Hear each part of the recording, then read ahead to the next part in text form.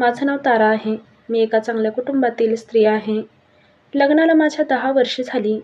मला एकच मुलगी आहे. त्यानंतर मात्र माझा नवरा कामानिमित्ताने बाहेरगावी राहतो. मी आणि माझी मुलगी आम्ही दोघेच घरी राहतो. माझे सासू-सासरे हे गावी असतात आणि मी माझ्या नवऱ्याला सोडून बरेच दिवस काढले आहेत. मात्र माझ्याकडे पाहण्याचा दृष्टिकोन हा माणसाचा वेगळाच असायचा. त्यांना असं वाटायचं की नवरा नसताना ही बाई कशी राहते. त्यामुळे भरपूर जण माझ्याकडे वाईट नजरेने पाहायचे. त्यांच्या डोळ्यात मला शरीराची भूक दिसायची.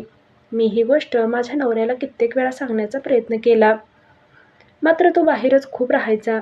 त्याचं काम बाहेर असायचं आणि मी एके दिवशी पाहिलं की तो बाहेरच एका बाईसोबत राहतोय. त्याने कामसोबतच बाहेर एक बाई ठेवली होती. तो तिच्यासोबत सर्व काही गोष्टी करायचा आणि त्यामुळे त्याला घरातील आठवण होत नसायची. तो एक दिवस यायचा आणि भरपूर सारे पैसे देऊन जायचा. मात्र घरातील बाकीच्या गोष्टी आणि एक नवरा म्हणून मला जे प्रेम हवं होतं ते मिळत नव्हतं. मात्र मी माझ्या मुलीसाठी भरपूर वेळा त्याला समजावण्याचा प्रयत्न देखील केला. तो ऐकतच नव्हता. तो फक्त म्हणायचा, आणि माझ्या मुलीसाठी आणि तुझ्यासाठी भरपूर कमावून ठेवतोय. त्याच्या पलीकडे तुला काय हवं आहे? मी त्याला काही समजू शकले नाही. मात्र एके दिवशी दारात पडलेलं भंगार घेण्यासाठी एक रद्दीवाला घरी आला आणि तो 55 वर्षाचा होता. मी मात्र 35 वर्षाची आणि त्या रद्दीवाल्याने मला विचारलं, तुम्ही घरी एकट्याच राहता का? मी म्हणाले, हो, मी माझ्या मुलीसोबत एकटीच राहते. माझे मिस्टर कामाला बाहेर असतात. आणि तो माझ्याकडे पाहू लागला. त्यालाही मी आवडू लागले होते. मला म्हणाला, काय रद्दी आहे? मी म्हणाले, हे सर्वच विकायचं आहे. असं म्हणून मी खाली वाकले आणि माझ्या साडीचा पदर खाली पडला. रद्दीवाल्याने माझ्या छातीकडे बघितलं आणि तो बघतच राहिला. माझी छाती अगदी गच्च भरलेली होती. मी अगदी पूर्णपणे जवानीतच आले होते. मला एक मुलगी होती. त्यामुळे नंतर माझे शरीर हे पूर्ण मादक तयार झालं होतं. माझ्या शरीराने खूपच वेगळा आकार घेतला होता आणि तो खाली वरती माझ्या शरीराकडे सर्व शरीर पाहू लागला होता. मी त्या रद्दीवाल्याला म्हणाले, काय झालं? घेताना तो म्हणाला, हो ठीक आहे. असं म्हणून त्याने सर्व रद्दी घेतली आणि म्हणाला, मला तुम्हाला देण्यासाठी एवढे पैसे माझ्याकडे नाही आहेत. पैसे घेऊन येतो. असं म्हणून तो रद्दीवाला घेऊन गेला. मी त्याला म्हणाले, असू द्या, तुमच्याकडे आल्यानंतर मला आठवणीने पैसे आणून द्या. आणि तो म्हणाला, ठीक आहे. रद्दीवाला सर्व रद्दी घेऊन गेला आणि दुसऱ्या दिवशी माझी मुलगी शाळेला गेली असताना अचानक दाराची बेल वाजली. मी दरवाजा उघडला. समोर रद्दीवाला होता आणि मी त्याला पाहून चकितच झाले. मी त्याला म्हणाले, तुम्ही इथे काय करताय? तेवढ्यात तो म्हणाला, अहो, मी तुमचे कालचे पैसे देण्यासाठी आलो आहे. मी म्हणाले, हो का? बरोबर, या आत या. मी त्याला आत बोलावले आणि तेवढ्यात तो म्हणाला, एवढ्या घरात तुम्ही एकट्याच कसे राहता?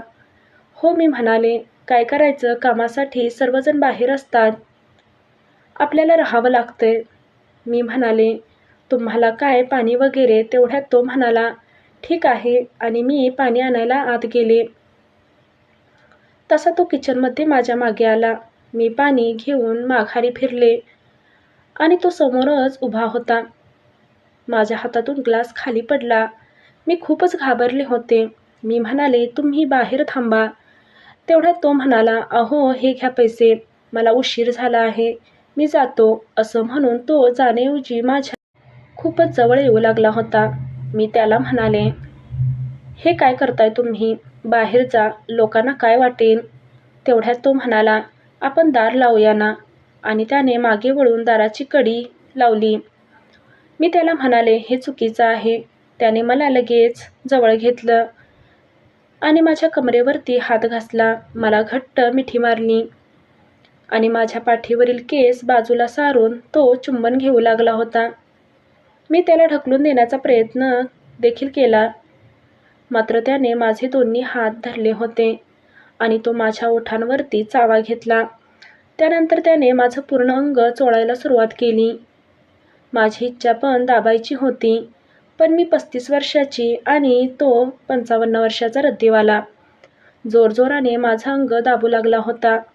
मी त्याला ढकलून देणार तेवढ्यात त्याने मला गोल फिरवलं आणि किचनवरती ढकललं आणि मागून येऊन माझे दोन्ही हात भिंतीवरती ठेवले आणि मागून माझी साडी वरती केली आणि तो पॅन्ट काढून मागून चालू झाला.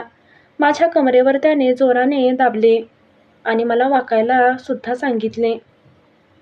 नंतर मागून जोरजोराने फटके देऊ लागला. माझ्या तोंडातून वेगळाच आवाज येऊ लागला होता. बरेच दिवस झालं माझा नवरा देखील माझ्यासोबत नव्हता, त्यामुळे मला एक वेगळाच अनुभव येत होता. हळूहळू मलाही बरे वाटू लागले होते. नंतर त्याने माझे हात धरले होते आणि जोरजोराने मारू लागला होता. आता वेगळाच आवाज मांड्यांचा येत होता. मी त्याला म्हणाले, "अहो जरा हळू करा, खूप मोठ्याने आवाज येत आहे." कोणी ऐकलं असं म्हटल्यानंतर त्या रद्दीवाल्याने माझ्या नवऱ्याची कमतरता पूर्ण केली होती. लगेच मला उलटे होण्यासाठी सांगितलं आणि नंतर माझे दोन्ही पाय किचनवरती ठेवले आणि खूपच जोरजोराने कार्यक्रम चालू केला. रद्दीवाला हा खूपच जोराने करत होता आणि मला खूपच त्रासही होत होता. मात्र खूप छानही वाटत होतं. काही वेळानंतर रद्दीवाला शांत झाला. त्याने मला पूर्ण ओळखलं होतं. माझा नवरा हा बाहेर कामाला असताना मी 35 वर्षाची आणि माझ्यासोबत एक 55 वर्षाचा रद्दीवाला शारीरिक सुख घेत होता. खूप वेळानंतर तो शांत झाला आणि मला म्हणाला, "ठीक आहे, कसे वाटले?" मी म्हणाले, "तुम्ही हे केलं ते चुकीचं केलं आहे. तुम्हाला अशा गोष्टी शोभतात का?" तेवढ्यात तो म्हणाला, "मी त्या दिवशी तुम्हाला पाहिलं होतं. तुम्ही मला खूप आवडला होता आणि मी समजून घेतलं." असं म्हणून त्याने पॅन्ट घातली आणि पैसे दिले असे म्हटला आणि निघून गेला. मी माझी साडी पूर्ण सावरली आणि येऊन बाथरूममध्ये अंघोळ केली. काही वेळाने माझी मुलगी घरी आली. नंतर मला खूपच फ्रेश वाटू लागले होते. मात्र माझा नवरा घरी नसताना माझ्यासोबत या गोष्टी घडल्या. या मी कोणाला सांगू? मला काहीच कळेना. हे चुकीचं होतं. मात्र माझ्यासोबत जबरदस्ती झाली होती आणि म्हणूनच ही गोष्ट मी माझ्या नवऱ्याला सांगण्याचा ठरवलं. माझ्या नवऱ्याला मी फोन करून बोलावून घेतलं आणि हा झालेला सर्व प्रकार सांगितला. तो खूपच चिडला आणि त्याने त्या रद्दीवाल्याच्या विरोधात पोलिसात तक्रार केली. मीही माझ्या नवऱ्याला सोबत घेऊन जो प्रकार घडला होता तो सर्व काही सांगितला. मला आता माझा नवरा सोडून कुठेही जात नाही. माझ्यासोबत त्याने जे केलं ते माझ्याकडून पाहून किंवा त्याला मी आवडले म्हणून नाही, त्याने त्याच्या शरीरासाठी केलं. मात्र ही गोष्ट सांगितल्यानंतर माझ्या नवऱ्याचे डोळे उघडले आणि आता तो भरपूर वेळ माझ्यासाठी घालवतो. रद्दीवाल्याची एक चुकी किती महागात पडली, पण त्यानंतर माझं घर पुन्हा सुखी झालं आणि आता माझा नवरा बाहेर जास्त जात नाही. तो मला जास्तीत जास्त वेळ देतो आणि आता मीही सुखी आहे. माझ्याकडून काही चूक झाली नाही, माझ्यावरती झाली ती जबरदस्ती आणि मी त्याला बळी पडले. मात्र इथून पुढे माझ्यासोबत अशा काही गोष्टी घडल्या नाहीत आणि घडणारही नाहीत याची मला खात्री आहे. माझ्यासारख्या कित्येक महिला आपल्या नवऱ्याला सोडून एकट्याच राहतात.